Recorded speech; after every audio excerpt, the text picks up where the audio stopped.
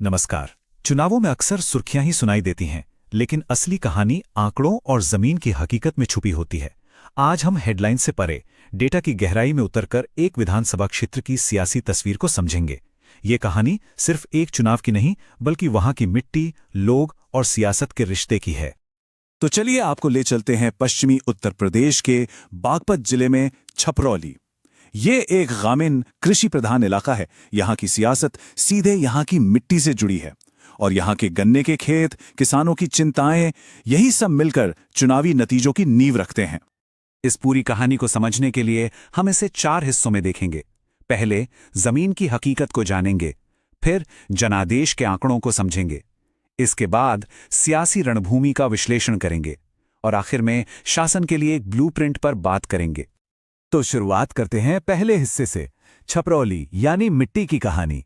यहाँ के लोग, उनका कामकाज और उनकी सियासत, आखिर इसकी बुनियाद क्या है? आइए इसे समझने की कोशिश करते हैं। देखिए, किसी भी जगह के वोट को समझने के लिए सिर्फ उम्मीदवारों को देखना काफी नहीं होता। वहां का पूरा माहौल समझना पड़ता है। कौन सी राजनीतिक, आर्थिक और सामाजिक ताकतें काम कर रही हैं, किसानों का गुस्सा, गन्ने का अटका हुआ पैसा, सामाजिक समीकरण, ये सब मिलकर ही छपरौली की सियासी हवा का रुख तय करते हैं। और यहाँ की चिंताएं भी साफ तौर पर बटी हुई हैं। गांव में चले जाइए तो लोग गन्ने के बकाये, महंगी बिजली और टूटी सड़कों से परेशान हैं। वहीं छपरौली कस्बे में बेरोजगारी और अच्छी स्वास्थ्य सेवाओं की कमी बड़े मुद्दे हैं। ये दोनों ही चिंताएं असल में एक ही सिक्के के दो पहलू हैं, विकास की एक अधूरी कहानी। ये जो चिंताएं हैं, चाहे किसान की हो या शहर के नौजवान की, ये सिर्फ मुद्दे नहीं हैं। ये उनकी गरिमा, उनके सम्मान से जुड़ी हैं। और एक स्वस्थ लोकतंत्र में इन्हीं आवाजों को सुनना और समझना एक जिम्मेदार संवाद की बुनियाद है। तो चलिए अब दूसरे हिस्से पर आते हैं। देखते हैं कि 2022 के चुनाव के आंकड़े क्या कहते हैं। याद रखिए, आंकड़े सिर्फ जीत हार का स्कोर कार्ड नहीं होते, वो तो मतदाताओं के मन का आईना होते हैं। साल 2022 छपरौली में कुल वोटर्स थे 3,37,033। ये संख्या इस लोकतांत्रिक प्रक्रिया के पैमाने को दिखाती है। और इनमें से लगभग 62.28% लोगों ने अपना वोट डाला। ये काफी अच्छा टर्नआउट है, जो दिखाता है कि यहाँ के लोग सियासत में कितनी दिलचस्पी रखते हैं। और जीत कोई छोटे मोटे अंतर से नहीं हुई। विनिंग मार्जिन था 29,508 वोटों का, मतलब जनादेश बिल्कुल साफ था। अब जरा इस डैशबोर्ड पर नजर डालिए। यह है 2022 की पूरी कहानी। सबसे पहली चीज जो दिखती है, समाजवादी पार्टी का वोट शेयर 0। क्यों? क्योंकि उनका कोई कैंडिडेट ही नहीं था यहां। जीत आरएलडी को मिली करीब 53.3% वोटों के साथ, जबकि बीजेपी को 39.2% वोट मिले। साफ है कि जाट और मुस्लिम वोट का समीकरण आरएलडी के पक्ष में गया। लेकिन किसी भी चुनाव को अकेले नहीं देखा जा सकता। इसे पिछले कुछ सालों के संदर्भ में समझना जरूरी है। 2007 से लेकर 2022 तक यहां की राजनीति ने कई मोड़ लिए हैं। और ये चार्ट सबसे दिलचस्प कहानी बताता है। 2017 और 2022 के बीच हुआ क्या? देखिए, बीजेपी का वोट शेयर सीधे सीधे 31% से बढ़कर 39% हो गया। जबरदस्त बढ़ोतरी। और वहीं समाजवादी पार्टी, जिसे 2017 में 20% वोट मिले थे, 2022 के मुकाबले में थी ही नहीं। इसने एक बड़ा सियासी खालीपन पैदा कर दिया। तो अब चलते हैं तीसरे हिस्से पर, सियासत के शतरंज की बिसात पर। समाजवादी पार्टी के लिए यहाँ की रणभूमि कैसी है, उनकी ताकत क्या है, कमजोरी क्या है, उनके लिए मौके क्या है और खतरे क्या हैं। सबसे पहले ताकत। हर पार्टी की एक बुनियाद होती है। समाजवादी पार्टी की बुनियाद है उनका मुस्लिम ब्राह्मण वोटर बेस और जमीन पर उनका पुराना संगठनात्मक नेटवर्क। ये उनकी कोर स्ट्रेंथ है, जिसे हिलाना आसान नहीं। लेकिन हर ताकत के साथ कमजोरियां भी आती हैं, और यहां ये कमजोरी काफी बड़ी है। पार्टी के पास कोई प्रभावशाली जाट चेहरा नहीं है, जो इस इलाके के लिए बहुत जरूरी है।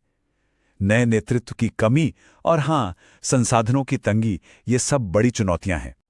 कमजोरियों के बावजूद मौके भी हैं। सबसे बड़ा मौका एसपी और आरएलडी का गठबंधन। अगर ये जाट और मुस्लिम वोटों को एक साथ ले आएं, तो ये पूरे पश्चिमी यूपी का खेल बदल सकता है। और दूसरा बड़ा मौका है किसानों का गुस्सा। उनकी परेशानियां एक बड़ा पॉलिटिकल स्पेस बनाती हैं। और आखिर में खतरे। एक तो है ध्रुवीकरण का खतरा, जब राष्ट्रीय मुद्दे स्थानीय मुद्दों पर हावी हो जाते हैं, और दूसरा, और शायद आज के दौर का सबसे बड़ा खतरा, डिजिटल मिस इन्फॉर्मेशन, व्हाट्सएप पर चलने वाले आक्रामक अभियान, जिनका मुकाबला करना जरूरी है। ये जो डिजिटल मिस इन्फॉर्मेशन का खतरा है, ये सिर्फ पॉलिटिकल नहीं है, ये लोगों की प्राइवेसी और उनकी सहमति के अधिकार पर भी हमला है। भारत के नए डेटा प्रोटेक्शन फ्रेमवर्क का भी यही मकसद है कि हर व्यक्ति की निजी जानकारी सुरक्षित रहे। पब्लिक डिस्कोर्स में सच और जिम्मेदारी दोनों जरूरी हैं। तो इतने सारे विश्लेषण के बाद अब सबसे जरूरी सवाल पर आते हैं, आगे का रास्ता क्या है? इन सभी डेटा पॉइंट्स को जोड़कर शासन का एक ब्लूप्रिंट कैसे बनाया जा सकता है? यहां एक 4 मोर्चों वाली रणनीति काम आ सकती है। इसे हम चतुर्मुख सिद्धांत का नाम दे सकते हैं। 4 मोर्चे। पहला, कृषि मोर्चा, किसानों की बात। दूसरा, सामाजिक सद्भाव मोर्चा, लोगों को जोड़ने की बात। तीसरा, विकास मोर्चा, बुनियादी जरूरतों की बात। और चौथा, मीडिया और मैसेजिंग मोर्चा, अपनी बात लोगों तक सही ढंग से पहुंचाने की बात। इसमें से सामाजिक सद्भाव मोर्चा शायद सबसे अहम है। इसका फोकस है भाईचारा। 2013 के दंगों ने जाटों और मुसलमानों के बीच एक गहरी दरार डाल दी थी। उस जख्म को भरने की जरूरत है। किसान आंदोलनों ने इस दिशा में एक उम्मीद जगाई थी। उसी एकता को आगे बढ़ाना होगा। और जैसा हमने पहले कहा, आज की लड़ाई डिजिटल भी है, यानी हर गांव में व्हाट्सएप पॉड्स, छोटे छोटे ग्रुप्स जहां सीधी बात हो। युवाओं को एंगेज करने के लिए इंस्टाग्राम रील्स, और फेक न्यूज के झूठ से लड़ने के लिए एक fact counter unit. Ground work और डिजिटल वर्क जब एक साथ एक सुर में काम करेंगे, तभी बात बनेगी। तो आखिर में सवाल यही है, क्या डेटा और जमीनी हकीकत पर टिकी हुई ऐसी हाइपर लोकल स्ट्रैटेजी लोगों का भरोसा वापस जीत सकती है? क्या यह बेहतर शासन के वादे को जमीन पर उतार सकती है? छपरौली का यह ब्लूप्रिंट सिर्फ एक चुनाव जीतने का फॉर्मूला नहीं है, ये लोकतंत्र को जमीनी स्तर पर मजबूत करने का एक खाका है।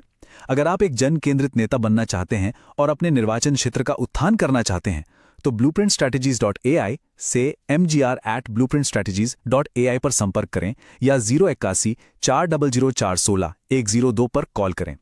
राजनीति से परे उद्देश्य।